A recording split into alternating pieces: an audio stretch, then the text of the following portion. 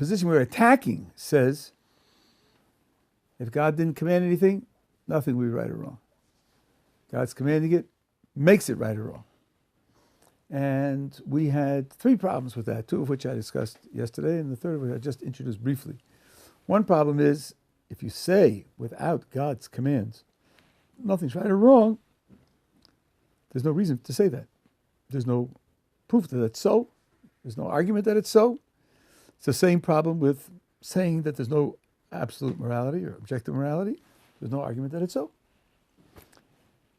On the other hand, if you say that God's command creates morality, the problem will be, what is it about God that guarantees, when he says so, that makes it morally binding? It's not power. It's not omniscience, because those things don't guarantee moral correctness. And if you say the feature of God that guarantees that when he says that it's morally binding is that he's morally perfect, that's now a moral judgment prior to his creating morality, and that defeats the position in question. Those 2 we went through yesterday in detail. The third, I was giving you examples of where in the Jewish tradition this idea is certainly refuted, that God's command is required for there to be anything that's right or wrong, good or evil.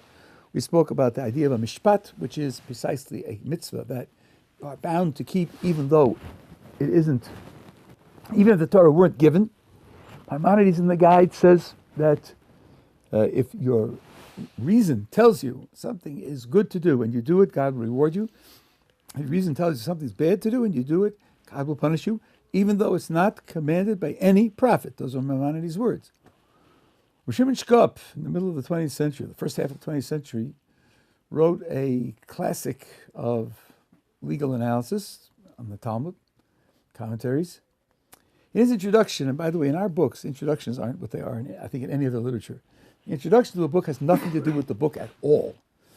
It's an opportunity for the author to express himself on other entirely separate topics. At any rate, I'm not quoting from the introduction now. I'm quoting from the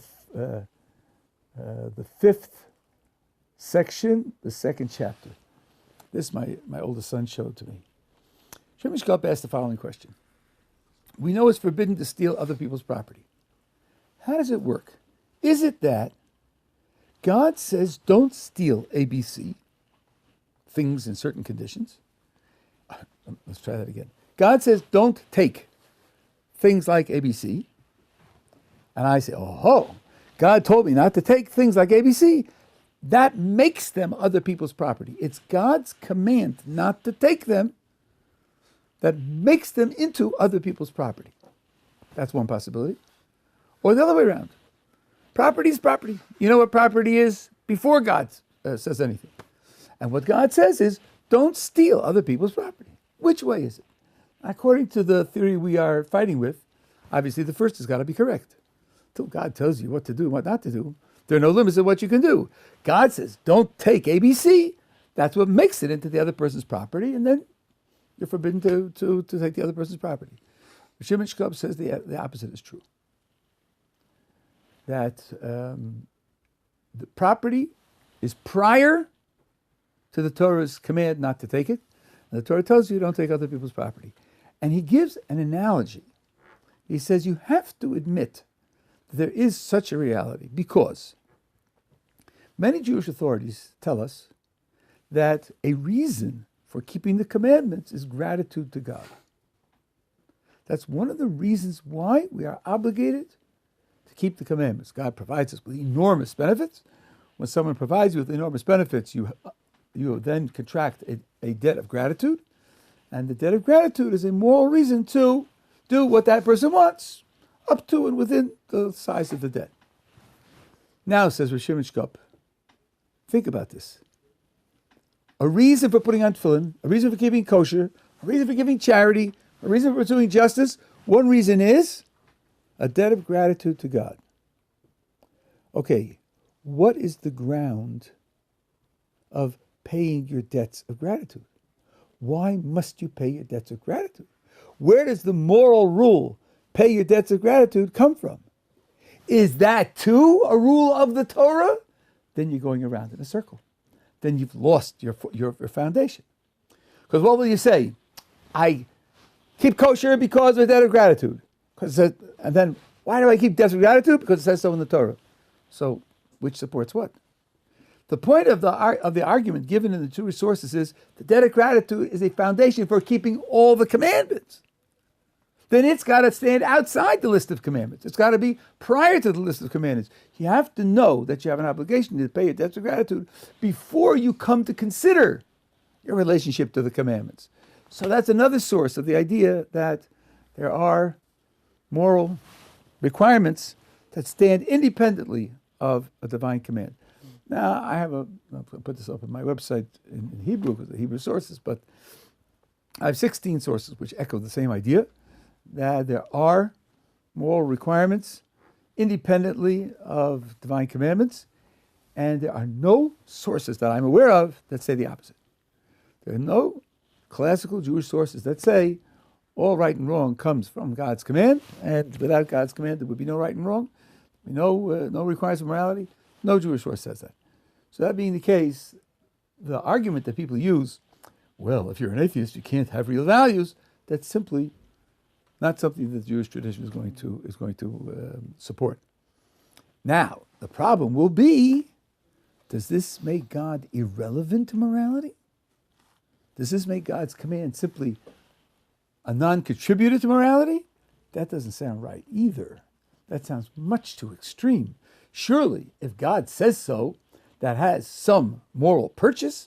How does it get any moral purchase if I know before God speaks what's right and wrong, what's good and evil? That's a good, genuine question. I'll tell you the answer briefly because we started late today, and then tomorrow we can expand on it in more detail. And I will just say as a footnote, I learned this from John Stuart Mill, although he applied it in a somewhat different context, but it's really his idea.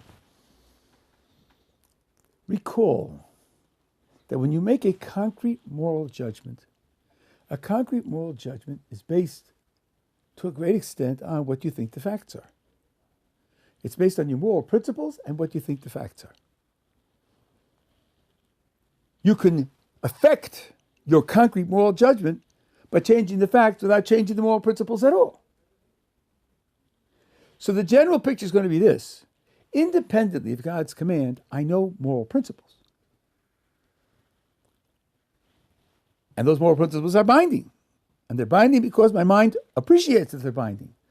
But God's existence and activity is a giant fact. And that giant fact interacts with the moral principles in such a way as to deliver concrete moral judgments which wouldn't be delivered if that fact weren't true.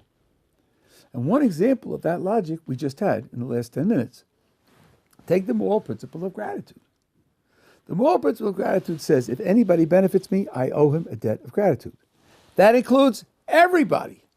My parents, my teachers, my friends, people who lend me money. Anybody who benefits me, I owe him a debt of gratitude. Now, together with all of those to whom the principle applies to God also. He's also one of those who benefits me. Yes, he benefits me in an enormous way. From the point of view I'm taking now, God's benefiting me doesn't wipe out the other benefits. Doesn't wipe them out. It just goes on the table with all the rest of them. Okay, it's very big in quantity, so it creates a very big debt. It doesn't cancel out the other debts, it's one of the debts that I owe. Since the moral principle of gratitude, which is independent of God's command, the moral principle of gratitude applies even to an atheist. Moral principle of gratitude would apply if God never gave us any commandments. But having that moral principle in hand, together with the fact of God's benefit, that implies that when God wants something from me, it becomes morally binding. Now let's see, I'm trying to say this as carefully and as precisely and fully as possible. God tells me, I want you to put on tefillin. When God tells me he wants me to put on tefillin, it becomes morally required to put on tefillin because God said so. And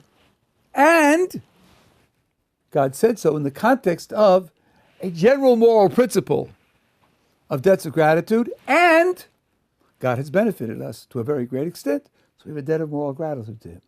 It isn't just he said so. That would be the theory we're fighting with. That would be the theory that we don't want to accept. It's not just saying so that makes it so. It's his saying so in the context of this larger framework. I'll give you a human example, which I think is exactly parallel. George is in the river, he's drowning, and Peter jumps in, and at risk of his life, Peter saves George's life. George says to Peter, "You saved my life."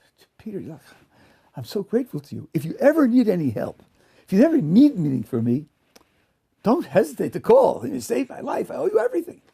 Fine. 3 weeks later, Peter calls George and says, "Hello, George, it's Peter. Remember me? Remember you. You saved my life.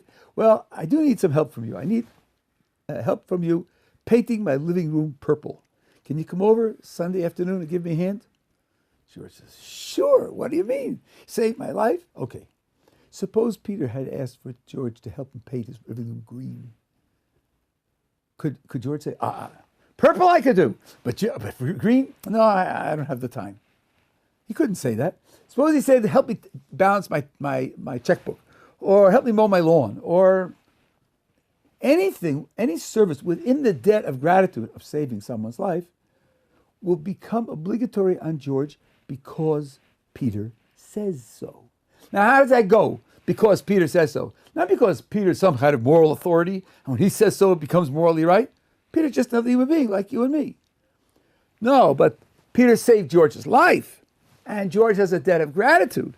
Then when Peter says he wants something, it becomes binding because of the benefit that Peter gave to George and the debt of gratitude.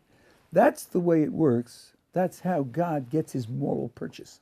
He gets his moral purchase because there are independent moral principles. God's activity fits into those moral principles and then triggers those moral principles as applied to God. Yeah. What happens if the moral principles you believe in, so now if that guy who you owe a favor to says to you, "Will you kill Fred for me as my favor?" Now you say, "No, that's against my moral principles, I cannot do that." What if your moral principles go against what God says are the moral principles? Well, as a matter of fact, this is one of the arguments that's standardly used. Let me just back up a little bit because your point is really sort of in the middle of a more general discussion.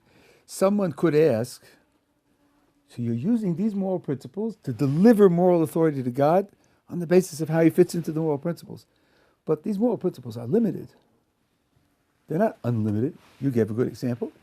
No matter how much I owe God, that can't justify killing somebody else. Committing murder, let's put it that way. Committing murder. Killing somebody else is an equivocal way to put it. Committing murder.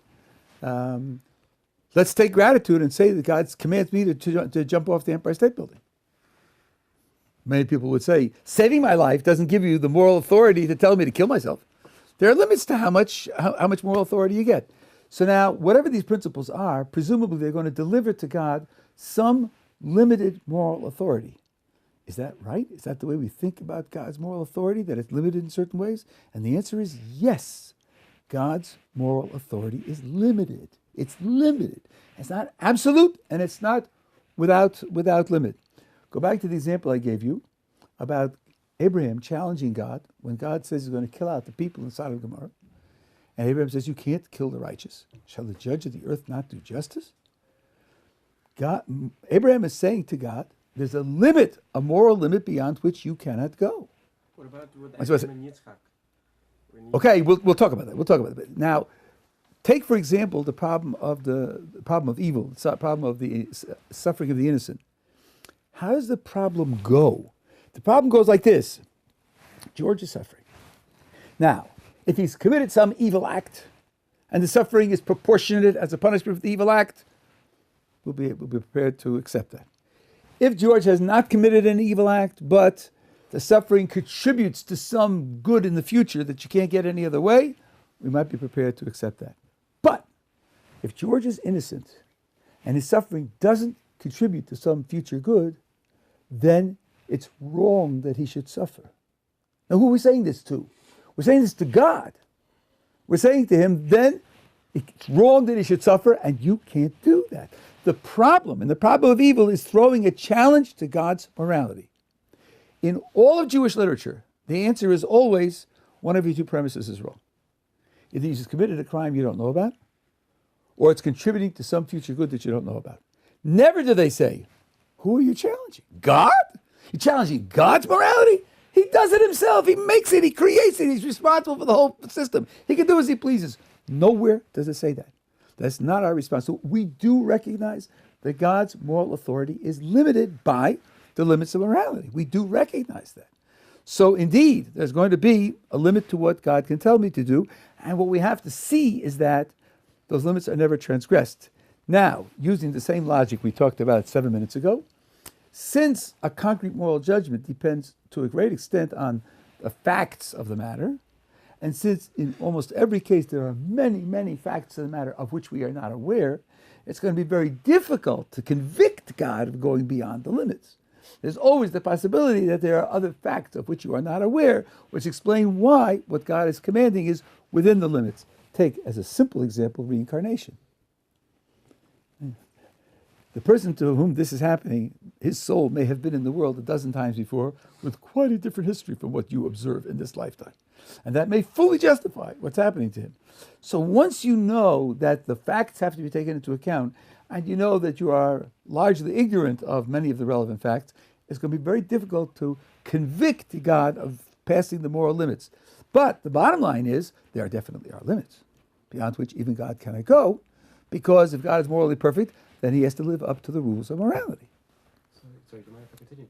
Yeah. So it's like for me personally, I find some of the laws in the Torah to me against my moral code, which is a troubling for me, as you can imagine would be. And so now, from what you're saying, I should say, well, maybe some of these laws, I just don't fully understand how they could end up. Let me give you an example of something that I struggle with. So I struggle with the whole idea of the get. I find it very unfair in women. Something that I struggle with immensely. I find the idea of not being able to marry a woman whose husband has been an arsehole to her, like terribly troubling. So I would ignore that because I feel that that's immoral. Yeah. Now God says I must do that. So you could argue, well, God's all knowledgeable. He may know that by going through the way the get works is something that is actually better for humanity and not worse for humanity. So now that doesn't seem like the way in other things. Because in other things, people who are much more intelligent than me tell me to do things. If I feel like they're wrong, I don't do them. I don't just say, oh, they're more intelligent, therefore I'm going to do them. Including your doctor? Including my doctor, yes. Suppose he tells you that if you don't do the following procedure in 2 weeks, you'll be dead. But And it'll take you 6 months to research it to come to your own opinion. Yeah, so if there's a situation where I have no knowledge, then yes. But if I have some knowledge... But suppose you can't get it in time. Yes, but with morality, I feel like I have knowledge of this. But you don't have knowledge of the relevant facts. That's the theme that I've been emphasizing. You may have knowledge of moral principles, that's okay, but you don't have knowledge of the relevant facts. If this person's a reincarnation and his soul has been in the world 7 times before, and he has an entire history of activity that you're unaware of, then you don't have the relevant facts. It's not a question of not knowing morality. It's a question of not knowing the facts that are relevant to this case. A primitive who sees surgery thinks that it's torture. We tell him, you just don't know what's going on. And he sees him cutting off the guy's leg. So you don't know what's going on. He has gangrene. You don't know what gangrene is. You don't know what the consequences are. So we say to him, there's no moral problem here. You're just ignorant of the relevant facts. Now you have to stretch your imagination a little bit and think of the possibility of an enormous realm of relevant facts of which you may be ignorant, which would then change the concrete moral judgment. I have to go to Mincha. I can't miss this minute, but we'll pick it up tomorrow.